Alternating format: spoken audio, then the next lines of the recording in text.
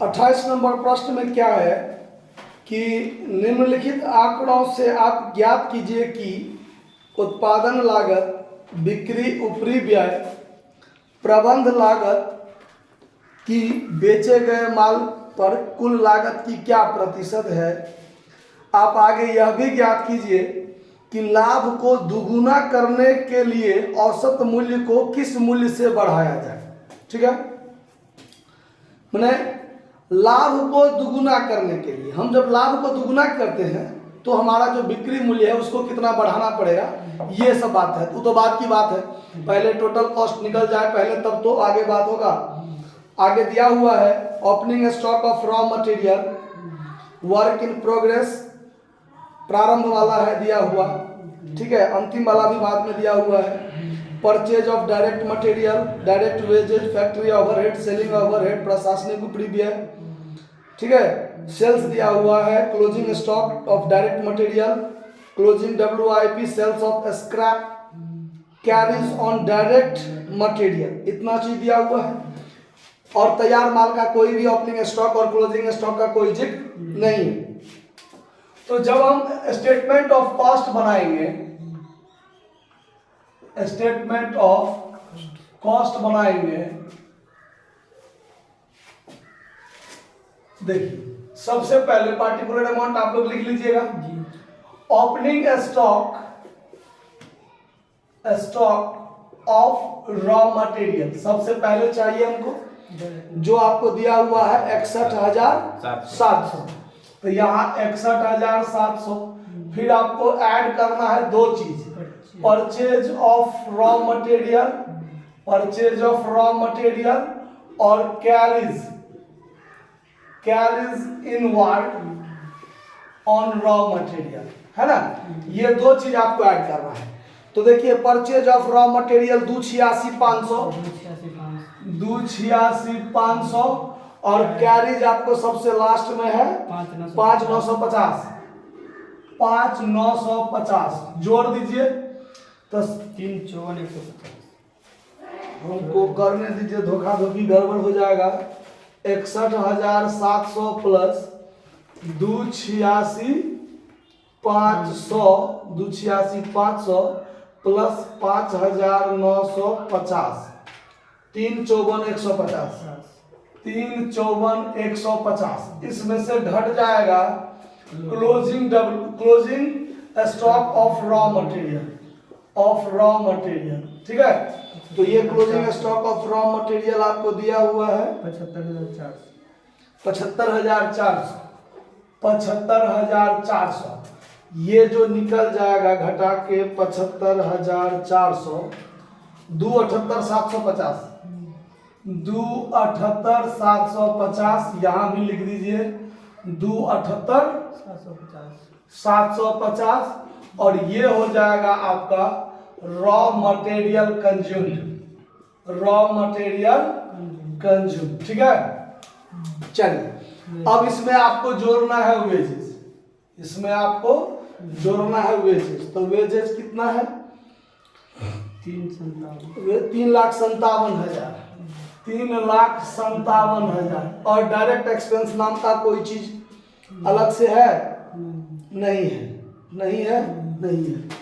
यहाँ जोड़ दीजिए, जोड़ने के बाद जो यहाँ पर आपको निकलेगा ये हो जाएगा प्राइम कॉस्ट, ये इसमें जोड़ दीजिए 3,57,000, 6,63,000 नहीं 6,35,750। अब इसमें ऐड होगा फैक्ट्री ओवरहेड,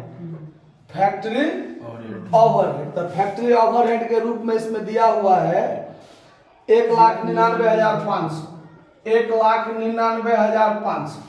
इसमें दो तीन चीज है, opening WIP, closing WIP, sales of scrap, तीन चीज है। तो इसमें काम करना है, ऐड करना है ओपनिंग WIP जोड़ लीजिए, कितना है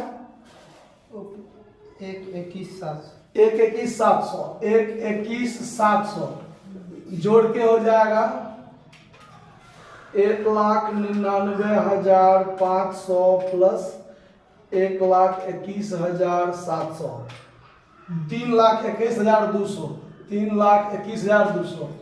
इसमें लेस कर लीजिए क्लोजिंग WIP कितना है? क्लोजिंग WIP का दिया हुआ 1,35,600, 1,35,600 इसको घटाना है माइनस 1,35,600, 1,85,600, 1,85,600। इसमें से एक चीज और घटाना है, सेल्स ऑफ स्क्रैप। ये हमारा हुआ फैक्ट्री ओवरहेड वास्तव में, और सेल्स ऑफ स्क्रैप आया है आपको 1,350।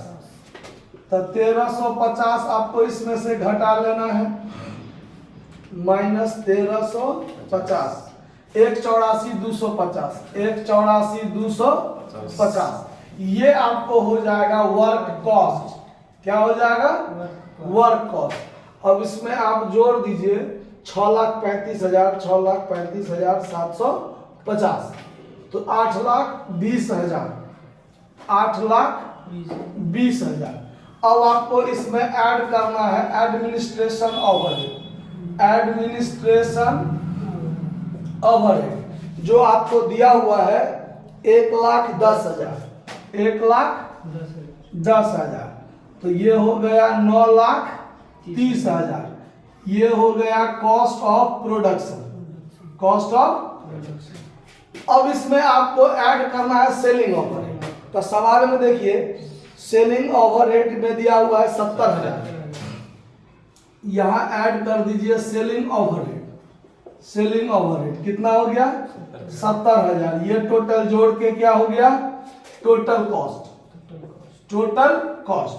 फिर इसमें आपको ऐड करना है प्रॉफिट, और तब जो निकलेगा यहाँ सेल्स। तो सवाल में आपको सेल्स दिया हुआ है, देखिए तो 12,50,000, 12,50,000। तो अंतर जो होगा वो प्रॉफिट 2,50,000। क्लियर? ये तो हमारा जो सवाल दिया हुआ था उसके आधार पर हुआ। अब आगे आपको कहता है सबका प्रतिशत निकालने कुल लागत पर। तो कुल लागत पर कहता है निकालने प्रोडक्शन लागत यानी मैन्युफैक्चरिंग कॉस्ट। तो मैन्युफैक्चरिंग कॉस्ट एक तरह से ये होता है, ये होता है वर्क कॉस्ट जो होता है वही आपको उत्पादन लागत होता है एक तरह से। प्रोडक्शन कॉस्ट इसी को कहा जाता है ना, ठीक है।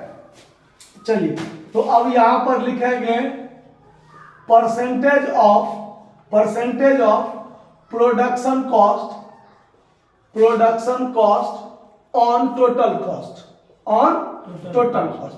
तो ऑन से पहले वाला जो प्रोडक्शन कॉस्ट है 8,20,000 ऊपर, टोटल कॉस्ट जो है 10 लाख वो नीचे गुने 100 बराबर आपको 82% निकल जाएगा, काटिएगा तो।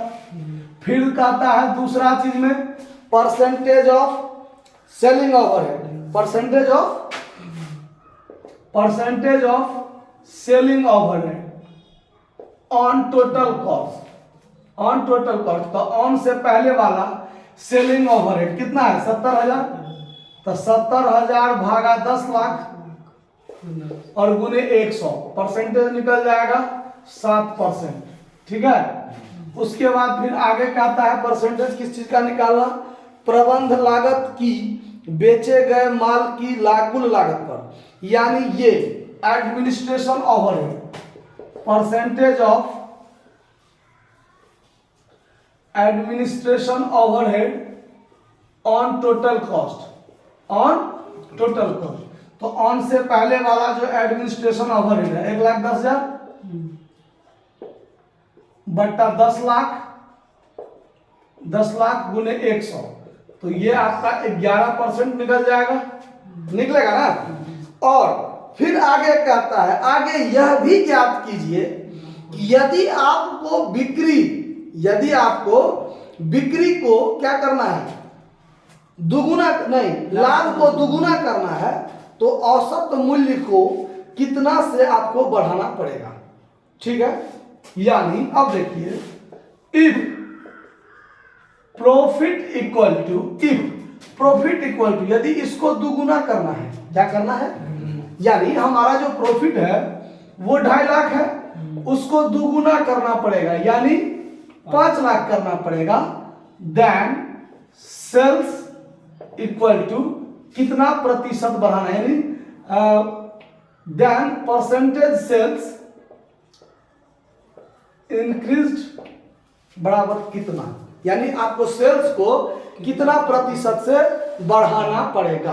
अब देखिए, अब यहां लिखते हैं, चूंकि हमारे पास जो कॉस्ट है, हमारे पास जो टोटल कॉस्ट है वो कितना 10 लाख है ना, और प्रॉफिट यदि हमारा 5 लाख हो जाएगा तो हमारा सेल्स बराबर कितना होना चाहिए, 15 लाख होना चाहिए ना।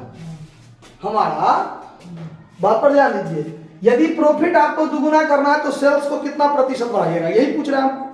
यानी यदि हमारा टोटल कॉस्ट दिया हुआ है कि 10 लाख है और प्रॉफिट हमको 5 लाख करना है, लेना है, तो सेल्स को 15 लाख करना पड़ेगा नहीं करना पड़ेगा। तो यहां पर इंक्रीज सेल्स क्या हो जाएगा, इंक्रीज्ड सेल्स जो होगा हमारा वो कितना 15 लाख बढ़ के होगा, और पहले था कितना 12.5 लाख, पहले कितना था 12.5 लाख। तो हमको 2.5 लाख से बढ़ाना पड़ेगा कि नहीं बढ़ाना पड़ेगा।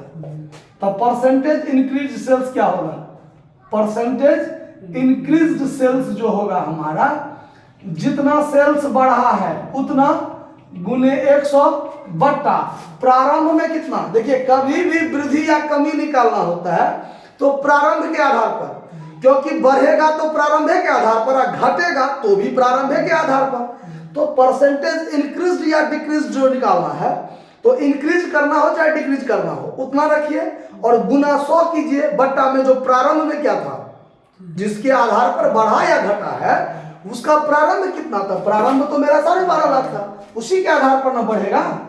तो यहां पर 12.5 लाख, 2 जीरो से 2 जीरो, 2 जीरो से 2 जीरो, इससे इसको काट दीजिए, यानी 20%।